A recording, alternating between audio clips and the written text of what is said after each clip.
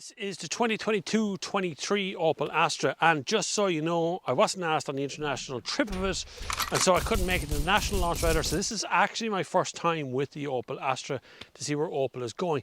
And critically important that Opel must get this right, simply because there's not much else in the lineup that's as modern as this in the Opel range, since Stellantis group has taken the whole thing together in other parts of PSA, and it's all very complicated at the moment.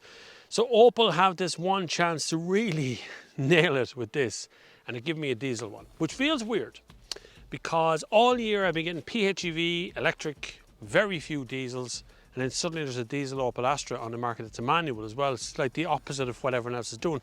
So I was very curious to find out what way they're going to go. But the most important part here is Opel has to get this right. So have they?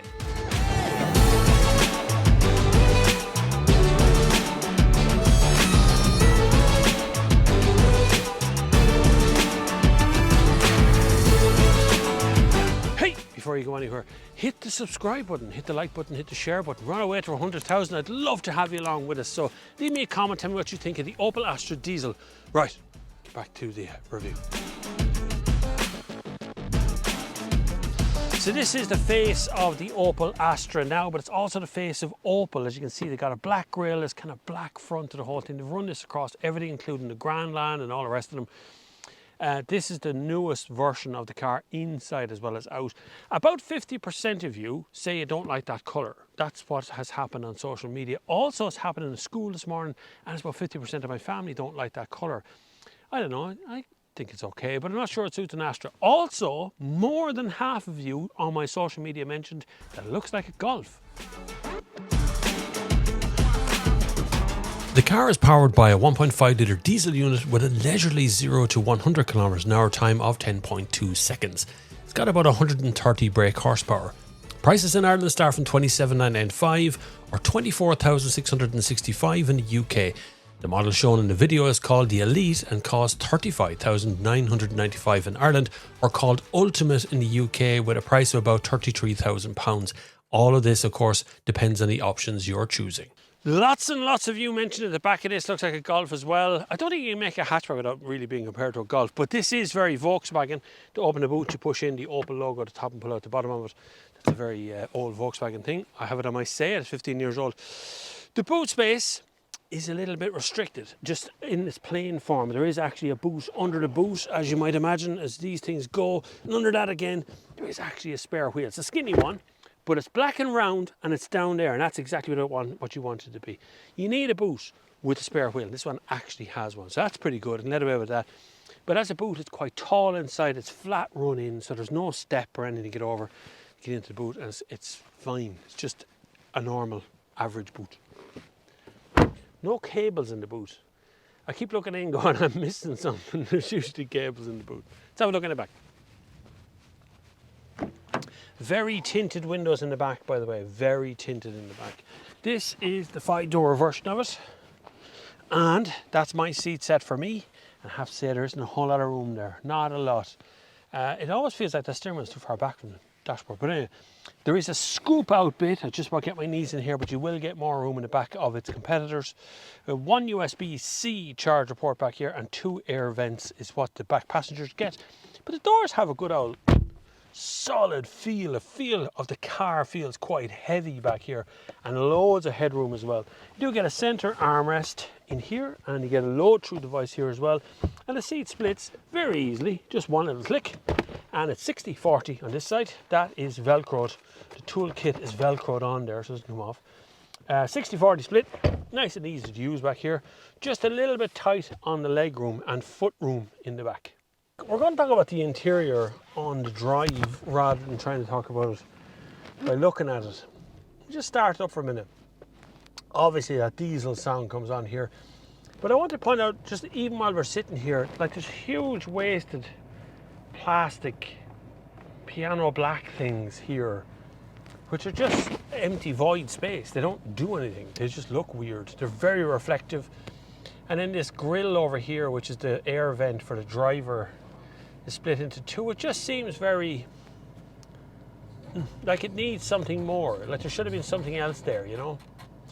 Anyway, what is good though is the the dashboard binnacle is very good because it shows you your music, your revs, your range, your speed, traffic information, so on, all in one little tiny screen. It's really well laid out. Then there's this other screen here which tells me all about Learn More, of which you have wireless Apple CarPlay, wired Apple CarPlay, and then the actual Opel system itself, which is actually pretty good. This car also has 4G, and really worth a mention is the little tiny turning circle on this car. It's very good, very, very good at reversing into spaces, doing U-turns, that sort of thing. Really, lock to lock is really good in this car. But I hear you asking, there is manual buttons for the air conditioning and so on. There is actual physical buttons for temperature and you know, all that kind of malarkey. Which is all good for me. I prefer manual buttons at all times. 6-speed box, that's actually pretty good. It's not a bad gearbox. I don't normally like what Opel does with gearbox. Normally put the throw in a bit too long, but this one's actually all right. Clutch is nice and light. Responsive. Steering is probably a tad light for day to day. It's okay, but if you want to get a little bit enthusiastic on the road, it's just a little bit less feedback than I'd like there to be. Lots of walkers on my little road today. I'll be taking a nice handy driving out here. The steering wheel, what can I say about that? It is very different. At least it's not the small steering wheel that Peugeot do. It's a full-size one. This feels like a substantial steering wheel. I would say the diameter of the wheel itself is a little bit skinny. It's a little bit, my hand goes like 1 and a bit times around it. And I'd prefer that to be just a little bit thicker under hand here, just to where I feel everything is. It does have active cruise control, it's pretty good. It has active lane keeping, it's all right. When it interferes, it's quite severe. I mean, it really does try to whack you back into lane, and it does at the most unusual times. But for the most part, it's pretty good. Okay, it's a good car so far. Downsides. Would I buy a diesel at the moment? Well, yeah, if I wasn't intending to hold on for one longer than 3 years. And I wanted something that's actually in supply. You know, you might actually be able to get a diesel at the moment. At least 1 or 2. You can't get electric yokes at the moment, so it's pretty hard, long waiting list for things, you know. You might have some hope of getting one of these. 2, when I get into this, it says 1,060 kilometers to empty. And you know what? I still have 860 kilometers to empty, and I haven't really moved off full yet. And I've been driving around for nearly a week. It goes back today on a Friday. I'm actually taking the bus home today, or the train home today from Dublin. I'm not keeping a car for the weekend because I'm going on an international trip on Sunday, and I don't want to be dropping back cars and things. So I'm actually doing a public transport weekend. I'll be making a video about it. Relax. We're going to be making videos about this. But this feels like a really good German car. The spec is a little bit odd in places, only because it's an Irish thing. It's an Irish spec thing. But I like this. I think this is a good, honest car. I probably wouldn't buy it in this colour. I think it's just so divisive. It's a cool colour, but I'm not sure it suits an Opel Astra. But it feels like a good, solid car, old school nearly. And we'll head for a motorway and see what it's like on the cruise, because on the cruise I think it's where a lot of you will be using this car as a commuter car, driving to and from work, beating up and down motorways. If you're going to buy a diesel car at the moment, I'd certainly be looking at my mileage. If your mileage isn't 30,000 plus kilometers per year, I wouldn't even start to look at diesel, to be honest with you. I'd stick with something like a PHEV, just because they're fairly efficient. I'd only start really looking at diesel when I get up into the higher 30,000 kilometer range. Gearbox is lovely. Clutch is really good. Like it's real easy. It's a nice, simple throw to it. There's no problem with the gate. It's all just good there, you know. Clutch is very fast too. There's second, third, fourth. Police car up ahead. Fifth. And it's got a little gear shifter indicator. Then we're up to 6th here at 115 kilometers an hour, and we're up on the cruise. Now we're going to bring it up to 120, which is our speed limit here in Ireland. We'll set the active cruise, assistance on, cruise control on, 120. Now that's 120 sound. I'm going to go quiet now. Here we go.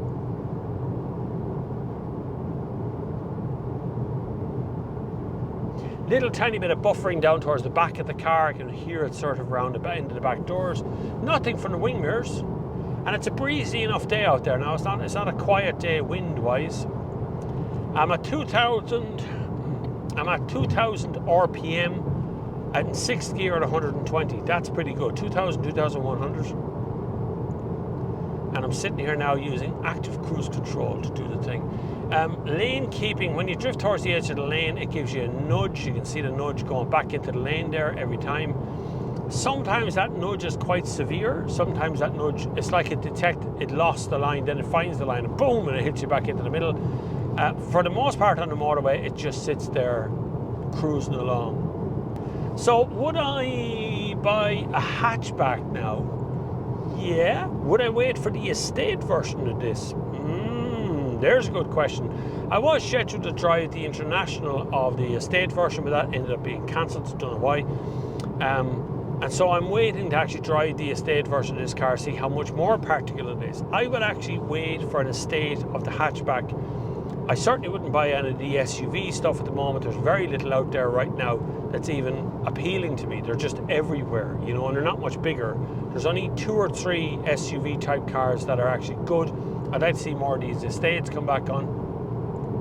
The way the market is right now, it's probably easier to get hold of a diesel than it is to get hold of a petrol or an electric.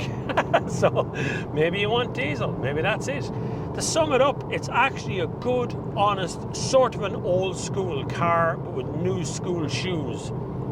Interior is pretty good, not very big. They've made some space in the back for the boot. But it's practical enough, and it will do as a 5-door hatchback for you and the family, no problem. No problem at all. It's the right time to buy one as well, really. We're coming into that season now, 2023 season, where you're going to be buying late in the year to get in 2023. I think it's okay, you know. I would actually plump for the manual version of it as well. I think it's actually a pretty good car. Anyway, that's me, that's us, that's it. Thank you very much for watching. I hope you've hit the subscribe button along the way. Coming up very soon, we're going to have some very exciting international trips.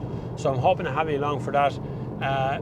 Look out on my social media as well, because obviously I put things up live, like on Instagram or sometimes on TikTok as well. So you can certainly check out Instagram, Twitter and TikTok will be the 3 main places that I put up on social media. And of course here on YouTube, which I'll be putting out stuff as well. We'll be heading to some I can't talk about the exciting destinations just yet. One of them is like embargoed, like cannot talk about it at all just right now. So we will be going very exciting locations. So follow along on the social medias. Thank you very much for watching. And until the next time, I'll see you on the far side.